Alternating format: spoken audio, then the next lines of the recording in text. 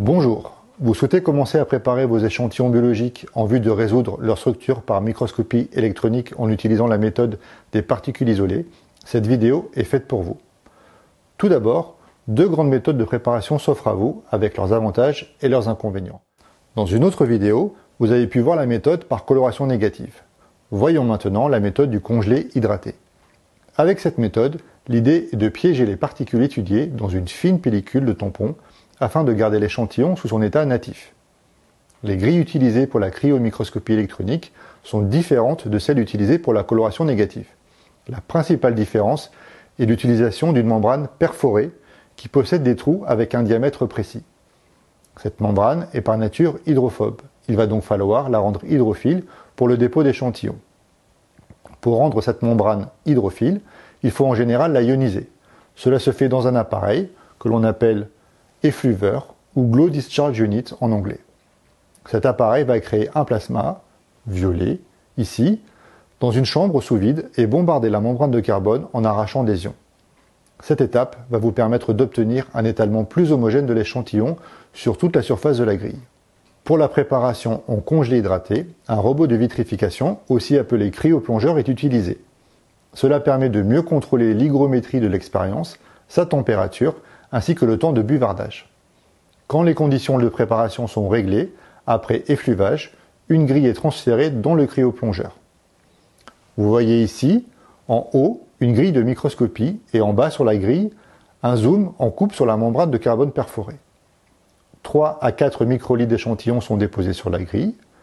L'échantillon est laissé incuber quelques secondes sur la grille, puis un papier filtre vient sécher l'excès d'échantillons sur la grille afin de ne laisser qu'une fine pellicule d'échantillons. Ensuite, la grille est plongée rapidement dans un cryogène pour vitrifier l'échantillon. Pour vitrifier un échantillon biologique, on utilise un agent cryogène pour empêcher les molécules d'eau de s'organiser et de former des cristaux de glace, ce qui altérerait la structure native de l'échantillon. Le cryogène utilisé est généralement de l'éthane liquéfié, ou un mélange d'éthane et de propane liquéfié. Ces cryogènes ont une grande différence entre leur température de fusion et d'ébullition, environ 95 degrés pour l'éthane et 145 degrés pour le propane. L'échantillon, en train d'être vitrifié, reste donc plus longtemps au contact du cryogène liquide. Si on utilisait l'azote liquide comme cryogène, la différence entre sa température de fusion et d'ébullition n'est que de 14 degrés. Lorsque l'échantillon va rentrer au contact du cryogène, il va donc le réchauffer et l'azote va rapidement se gazéifier. Les molécules de cryogène gazeux vont protéger les molécules de cryogène liquide. C'est ce qu'on appelle l'effet Leidenfrost. L'échantillon ne pourra pas être rapidement vitrifié car il ne sera plus au contact du cryogène liquide. L'eau contenue dans l'échantillon aura donc le temps de s'organiser et de former des cristaux de glace et altérer ainsi la structure native de l'échantillon. Petit aparté, de l'azote liquide est quand même utilisé lors de la vitrification, mais il sert à refroidir le cryogène et le garder sous forme liquide. De plus, après vitrification, la grille est conservée dans de l'azote liquide ou transférée dans les vapeurs d'azote pour son insertion dans un cryomicroscope électronique pour son observation. Vous avez les bases théoriques, voyons comment ça se passe en vrai dans un laboratoire.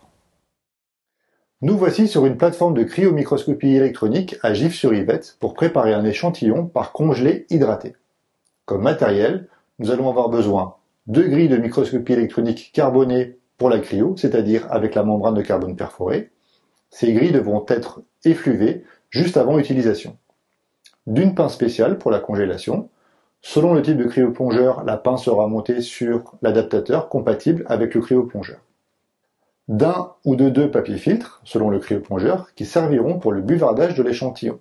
Ces papiers filtres sont ajourés dans leur centre pour leur positionnement sur un bras mécanique qui s'approchera de la grille pour le buvardage.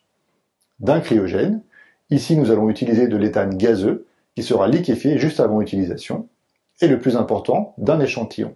Aujourd'hui, nous allons utiliser des ribosomes d'Arché concentrés à 100 nanomolaires. Voici la marche à suivre pour préparer votre échantillon par congelé hydraté en 4 grandes étapes. Première grande étape, préparer le cryoplongeur.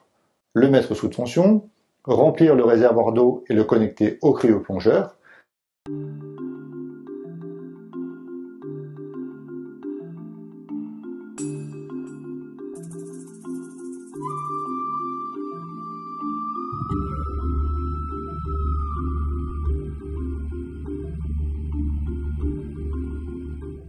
Réglez la température de la chambre de préparation.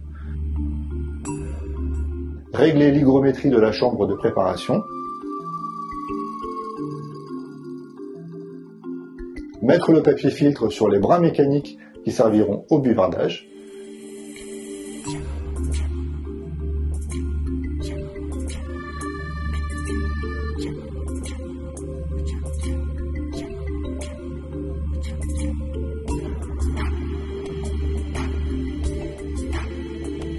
Régler le temps d'attente avant buvardage, le temps et la force du buvardage, le temps d'attente après buvardage, c'est ce qu'on appelle le pré-blot, le blot et le post-blot, et la force de blot. Ces paramètres sont très importants et sont à optimiser pour avoir une fine couche d'échantillons vitrifiés. Pour cette grille, je vais avoir 10 secondes de pré-blot, 5 secondes de blot avec une force de blot de 0 et 0 secondes de post-blot. Deuxième grande étape, préparer le cryogène. Préparer le dispositif pour le cryogène. Placez une cryoboîte de rangement de la grille sur sa plateforme. Cette cryoboîte vous servira à la fin de la procédure. Versez de l'azote liquide autour de la cupule du cryogène, ainsi que sur la boîte pour la refroidir. Attendre que le tout refroidisse à une température au moins inférieure à moins 160 degrés. Le but est de refroidir la cupule suffisamment pour pouvoir ensuite utiliser le cryogène liquide. Soufflez de l'éthane gazeux contre les parois froides de la cupule. À son contact, l'éthane va se liquéfier et remplir la cupule. Quand elle est remplie, mettez de côté le tuyau d'éthane gazeux. Attendez que l'éthane ait atteint une température cryogénique, idéalement le plus froid possible, proche de moins 182 degrés. Cette température vous garantira la bonne vitrification de votre échantillon. 1 degré plus froid et votre cryogène deviendra solide si c'est de l'éthane. À éviter si vous ne voulez pas endommager votre grille. Troisième grande étape, la vitrification. Attrapez une grille carbonée et déjà effluvée avec la pince. Alors attention, la bonne façon est de pincer la grille sur son bord sans toucher à la partie quadrillage pour ne pas abîmer le carbone qui est très fragile. Suivez la procédure de vitrification du cryoplongeur. Accrochez la pince sur le bras vertical du cryoplongeur. Positionnez le récipient du cryogène sur sa plateforme.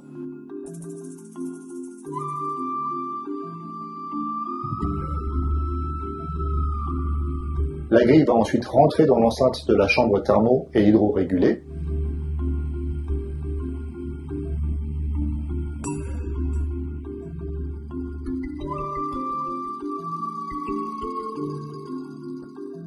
Le récipient va ensuite être amené au plus proche de l'échantillon, juste sous la chambre de préparation.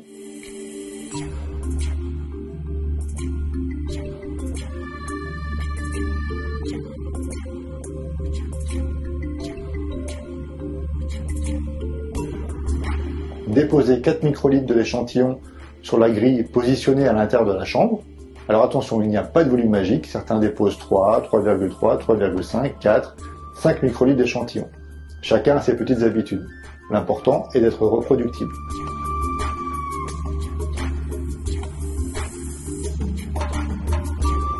Le cryoplongeur va ensuite buvarder la grille avec les paramètres que vous avez déterminés, pré-blot, blot, blot force et post-blot.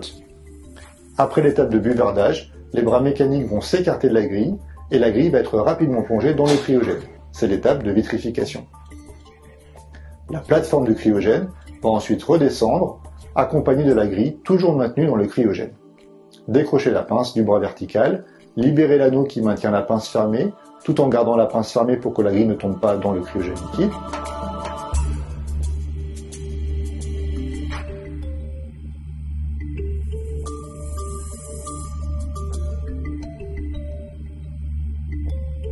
Transférez la grille vitrifiée dans sa cryoboîte.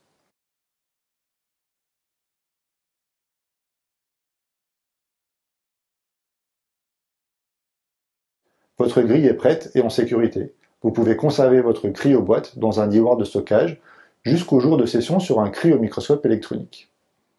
Quatrième grande étape, rangez votre matériel et votre paillasse pour laisser la place libre à la personne suivante. En résumé, la méthode de congelé hydraté, comme vous avez pu le voir, est plus lourde à mettre en place, mais permet d'obtenir des structures à haute résolution. En 2025, date à laquelle cette vidéo a été préparée, la meilleure résolution obtenue par cette approche est de 1,09 angstrom. et a été réalisé sur de l'apoféritine de souris par l'équipe d'Henning Stallberg. Merci pour votre écoute et à bientôt.